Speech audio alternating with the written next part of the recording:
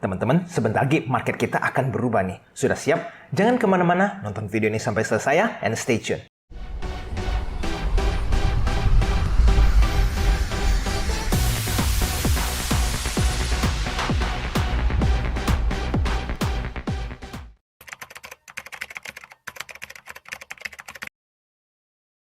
Oke teman-teman, jadi di video hari ini kita akan langsung saja membahas ya bahwa ritme di pasar kita sebentar lagi akan berubah. Kira-kira seperti apa? Yuk langsung saja kita mulai video hari ini. Pertama-tama saya ingin mengucapkan welcome to Edge Invest ya bagi para penonton yang mungkin baru ketemu channel ini. Jangan lupa untuk follow Instagram kami di edgeinvest.official untuk mendapatkan informasi terbaru seputar saham. Dan teman-teman jangan lupa juga selalu ikutan Clubhouse ya bersama Edge Invest setiap hari Minggu jam 8 malam dan saya akan cantum linknya di kolom komentar di bawah. Oke, jadi teman-teman kita sudah tidak akan lagi nih mendapatkan bantuan di market. Maksudnya apa nih? Coba kita baca berita yang satu ini. Pengumuman OJK kembalikan batas ARB bertahap mulai April. Jadi teman-teman, sebentar lagi market kita di IHSG ini akan ada banyak perubahan ya. Sebenarnya ada 5 faktor yang harus kita pelajari lebih detail. Teman-teman nanti bisa juga Google ya bahwa ada 5 poin yang dimana bursa kita telah berubah semenjak COVID. Misalkan, pertama, kebijakan larangan short selling. Jadi pada saat COVID, kita tidak bisa short selling. Lalu yang kedua, teman-teman, kebijakan trading halt selama 30 menit jika IHSG kita turun lebih dari 5%. Nah, ini untuk menjaga supaya market tidak terlalu dalam ya pada saat penurunan. Lalu selanjutnya, teman-teman bisa lanjut baca di internet. Contoh seperti kebijakan asymmetric auto rejection bawah. Jadi, pada saat COVID kan arahnya 25%, tapi ARB-nya hanya 7%, dan seterusnya. Nah, di video hari ini saya akan khusus membahas 3 poin penting ini, yang dimana pertama ya kebijakan larangan short selling, di mana sebelumnya di market IHSG itu sebenarnya kita bisa short selling, tetapi semenjak COVID sudah tidak bisa. Kedua, kebijakan asymmetric auto rejection bawah. Artinya apa?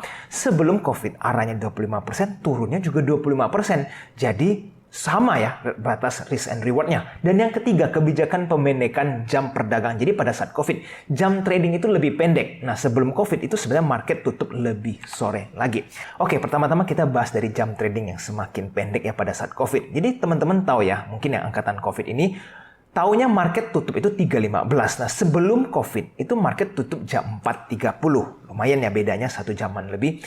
Nah, sekarang teman-teman kira-kira ini dampaknya apa? Kalau menurut saya dengan keadaan jam yang sudah semakin panjang, ini sebenarnya akan merugikan scalper ataupun day trader. Nah, dalam arti apa nih merugikan?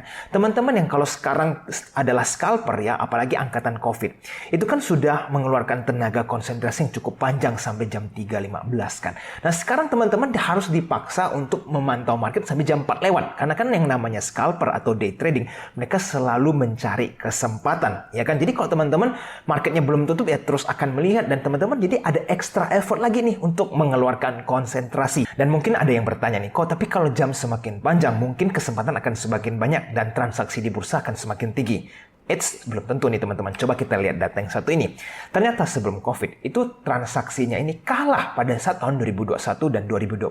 Padahal jam kan semakin pendek. Tetapi ternyata jam yang panjang pun sebelum COVID tidak bisa mengalahkan jumlah rata-rata transaksi setelah COVID. Artinya apa? Jam yang pendek pun sekarang bisa memberikan peningkatan dalam jumlah trading. Sehingga teman-teman kalau dengan jam yang semakin panjang belum tentu jumlah transaksi kita di bursa semakin tinggi. Jadi kesempatan itu menurut saya sama aja. Ditambah teman-teman harus ekstra lagi nih.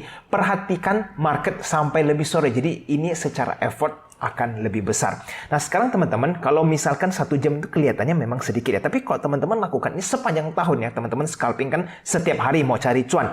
Jadi kalau teman-teman kali sampai 300 hari aja itu sudah ekstra 300 jam effort lebih yang teman-teman harus put ya. Dan teman-teman kalau misalkan bagi 8 jam, anggap 1 hari itu ada 8 jam kerja, itu teman-teman sudah harus ekstra 37 hari untuk memberikan extra focus attention ke market. Kalau untuk para scalper atau day trader, capek kan ya? Jadi 1 jam lebih ini kalau teman-teman adalah scalper, apalagi angkatan COVID, siap-siap teman-teman harus lebih kuat lagi nih secara konsentrasi itu karena market akan bergerak lebih panjang. Nah, sekarang kedua nih teman-teman, ARB simetris. Sebelum COVID itu ARA dan ARB ya sama aja 25%. Tetapi pada saat COVID itu dibantu ya, market itu ARB-nya cuma 7%. Aman kan ya buat teman-teman apalagi yang para scalper. Nah, sekarang kebijakan ini menguntungkan khususnya untuk scalper. Kenapa? Karena kalau market turun hanya 7%. Jadi aman kan? Besoknya market mulai restart, itu mereka bisa mulai mengambil kesempatan lagi untuk exit nih. Apakah mereka haki di bawah 7% supaya exitnya tidak lebih dalam lagi kerugiannya. Nah, sekarang kalau teman-teman minusnya itu bisa sampai 25%. Kebayang nggak potensial loss yang teman-teman bisa realize ya. Artinya contoh, belinya agak tinggi, tiba-tiba dropnya minus 15%. Belum sempat respon, itu sudah kerugiannya nggak karu-karuan. Nah, sekarang teman-teman saya akan kasih satu contoh ya. Ini adalah saham Bumi. Kalau teman-teman juga bisa lihat trading view, trace back aja ke tahun 2017 ya. Di tanggal 21 Februari, lihat saham Bumi. Teman-teman lihat, kalau masuk aja pada saat Bumi belum bergerak, itu dia bisa drop dari yang harganya 390 ke 294, minus 25%. Luar biasa ya kerugiannya. Jadi teman-teman baru beli, tiba-tiba kalau dia drop, itu cut loss di bawah 25% nih. Bayangin, loss 25% dalam satu hari. Secara psikologi gimana? Besoknya pasti teman-teman takut. Apalagi baru lossnya begitu cepat dan begitu besar. Ya kan? Kalau misalkan cuma 7% ARB, besoknya teman-teman bisa respon langsung antri di bawah. Jadi mentok-mentok cuma rugi ya 14% lebih. Tapi kalau begini teman-teman tinggalin sebentar. Apalagi kalau belinya pada saat udah naik, misalnya naiknya 10%, tiba-tiba ARB, kerugiannya mau seberapa besar? Jadi scalper yang nggak disiplin dengan sistem yang ARB simetris begini, kerugian teman-teman itu bisa sangat besar dan sangat cepat. Dan ini harus hati-hati, apalagi khususnya buat para scalper yang baru mulai scalping di era COVID yang ARB-nya cuma 7%. Jadi menurut saya strategi sekarang untuk scalping lebih baik tunggu udah koreksi agak dalam. Ya, misalkan panic selling terjadi minus 15%, ya teman-teman baru masuk. Karena dari minus 15% tiba-tiba naik juga lumayan ya. Apalagi kalau teman-teman belinya minus 15%, tiba-tiba dia naik bukan sampai netral doang. Lanjut nih sampai plus 10, itu keuntungannya juga cukup besar. Sehingga janganlah kejar-kejaran saham yang sudah hijau, tapi perhatikan dengan sabar saham-saham yang sudah koreksi terlalu dalam, teman-teman lakukan spekulasi buy. Oke? Nah, sebelum saya lanjut teman-teman ke poin selanjutnya, saya ingin introduce dulu ya bahwa AJ Invest melakukan launching Dividend Investing Club, di mana teman-teman bisa bergabung khusus buat para investor yang ingin menikmati hidup dan masih bisa mendapatkan cuan di market melalui dividen. Nah, bagaimana cara teman-teman bergabung? Teman-teman bisa langsung saja buka Instagram kami di ajinvest.official, dan kalau sudah melakukan semua syaratnya, teman-teman bisa hubungi admin kami di Telegram @ajinvestadmin. Nah, bagi yang ingin bertanya pun bisa ya, langsung hubungi admin di @ajinvestadmin untuk menanyakan bagaimana cara bergabung. Oke teman-teman, kita lanjut ya. Poin yang selanjutnya adalah short selling. Nah, ini yang sangat penting buat teman-teman pelajari. Jadi sebelum COVID, itu sebenarnya teman-teman bisa short the market. Tapi setelah COVID, ya dihilangin supaya market tidak jatuh terlalu dalam. Nah, sekarang ini rahasia yang perlu teman-teman ketahui ya. Sebenarnya para legenda market trader ya, mereka yang disebut trader legendaris, ternyata banyak yang kaya dan sukses bukan karena mereka trading buy ya, tetapi fortune mereka itu mayoritas didapatkan short the market. Yes, dan teman-teman bisa cek ini di Google. Coba kita lihat nama-nama terkenal ini ya, dari 10 famous, the world famous traders of all time. Pertama ada Jesse Livermore, saya ada sempat bahas, dan ternyata dia itu successfully shorted di 1929 pada saat market crash, itu yang membuat dia sangat kaya. Kedua, ada George Soros. Siapa sih yang nggak kenal George Soros? Dia yang dijuluki the man who broke the Bank of England. Dan dia yielding a tidy 1 billion profit. Ya, ini dia itu short yang luar biasa besar. Teman-teman lihat ya, dia short 10 billion worth of pounds. Luar biasa sekali, dan dia berhak mendapatkan uang sebanyak itu karena spekulasi yang pinter ini bikin George Soros ini menjadi legendaris. Ada Paul Tudor Jones teman-teman selanjutnya. Paul Tudor Jones ini is the founder of Tudor Investment, ya kan? Tudor Jones gained notoriety after making around 100 million from shorting stocks. Ini trennya sama ya, mereka semua short the market. Lanjut, ada John Paulson. Nah, si John Paulson ini juga effectively sell short the US subprime mortgage lending market. Short lagi nih teman-teman. Dan yang terakhir teman-teman tahu sendiri Michael Burry seperti apa? The Big Short, bahkan sampai ada filmnya. Dia itu juga mendapatkan fortune-nya banyak dari short the market. Inilah trader-trader legendaris yang ternyata mendapatkan banyak uang dari selling the market. Nah, sekarang kalau teman-teman melihat seperti ini dan terinspirasi dari mereka, tapi malah lebih banyak beli market, ya buy the market, itu bagaimana? Mungkin teman-teman perlu kaji kembali karena mereka suksesnya aja short the market. Tapi kalau teman-teman berharap seperti mereka dan fokusnya hanya konsisten buy, ya teman-teman perlu kaji kembali. Jadi sekarang saatnya kita memahami tentang apa itu short. Kalau bagi teman-teman yang belum mengerti, saya akan jelaskan sederhana seperti apa. Jadi short selling itu adalah transaksi di mana seorang investor meminjam dana kepada pialang atau broker ya terlebih dahulu. Saat meminjam dana yang biasanya ini saham, itu harganya kan sudah di deal di depan, ya kan? Lalu mereka akan melakukan kontrak berjanji bahwa akan di-return dengan harga segitu. Lalu kita bisa beli sahamnya dengan harapan beli di bawah dan nanti jual ke broker dengan harga yang sudah di-deal.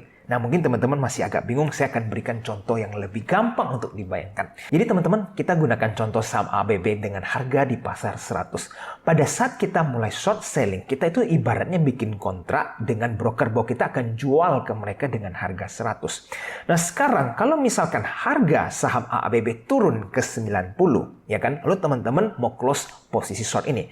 Itu mekanisme adalah kita beli harga saham AABB ini di harga 90 dan kita jual ke broker dengan harga 100 karena kita sudah kontrak dengan mereka di depan. Nah, itulah keuntungan Rp10 ini menjadi keuntungan dengan short selling the market. Lalu sebaliknya nih teman-teman, kalau sekarang sahamnya naik ke 110, nah ini yang berbahaya. Kenapa? Karena kita beli di pasar, ya kan, 110 harga AABB, tapi kita udah kontrak nih sama broker untuk jual 100. Rugi kan? Kita keluar biaya 110, tapi jual cuma di harga 100. Nah, kerugiannya yang kita dapatkan ya 10 perak tersebut. Sederhana banget kan short selling itu? Nah, sekarang teman-teman kita harus tahu dulu resikonya. Kalau memang mungkin teman-teman dengar di internet, di YouTube segala macam bahwa resiko short selling itu sangat besar, bahkan bisa sampai tak terhingga. Mungkin agak mengerikan ya dengarnya. Tapi teman-teman coba bayangin. Kita coba pakai contoh untuk saham Arto ya. Anggap teman-teman buka posisi short selling di harga 10.000. Lalu berhasil exit di harga 1.000 atau tutup posisi shortnya di harga 1.000. Keuntungan kita kan ya kisaran 90%. Ya kan? Nah, sedangkan kalau misalkan kita balik, kita beli posisi buy di 1.000 dan tutup di 10.000, itu kan keuntungan kita bisa sampai 1.000%. Nah, jadi kalau untuk short selling, itu kalau misalkan sekarang giliran dia naik, kita kan nggak tahu sebuah saham itu bisa naik sampai seberapa jauh. Itu kenapa banyak orang menjelaskan technically kerugian dari short selling itu unlimited, karena kita nggak pernah tahu nih. Kalau misalkan kita janji untuk bayar ke broker ini di harga 10.000, tapi ternyata naiknya sampai 9.999, berarti kan kerugian kita sudah masif sekali kan. Contohnya seperti itu. Tapi sebenarnya kenyataannya tidak seperti itu teman-teman. Kita kan pertama nggak mungkin nggak cut loss ya. Kalau sudah naik dan terasanya memang trennya masih atas ya kita tutup atau cut posisi tersebut. Dan kedua, ada yang disebut margin call. Kalau teman-teman dana di sekuritasnya sudah habis, ya itu posisi akan ketutup sendiri. Sehingga kerugiannya ya bukan unlimited. Sebenarnya ya sejumlah dana yang teman-teman taruh. Jadi kira-kira seperti itu mekanisme shortnya. Dan teman-teman ingat, tips dari saya adalah lebih gampang mencari saham yang over value dibanding mencari saham yang under value. Oke?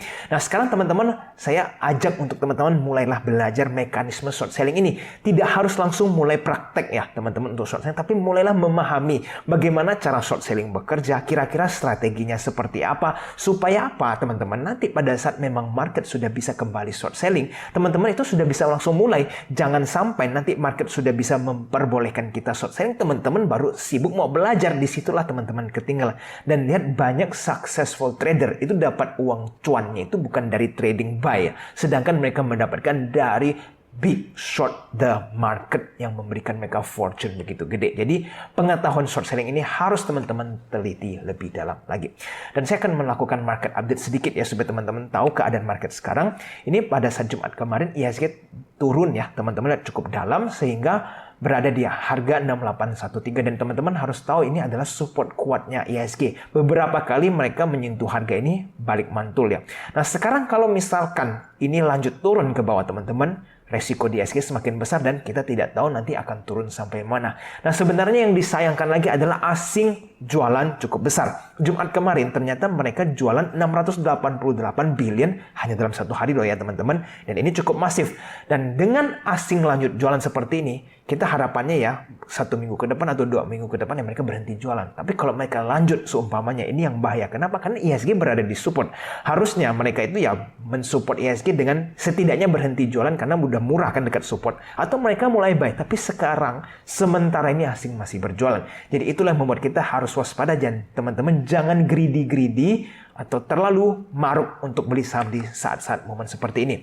Lebih banyak teman-teman gunakan defensive strategy ya. Beli saham-saham yang defensif, yang bagi dividen secara konsisten, supaya teman-teman tidak kejebak nanti kalau market panik sekali turun itu bisa sangat dalam.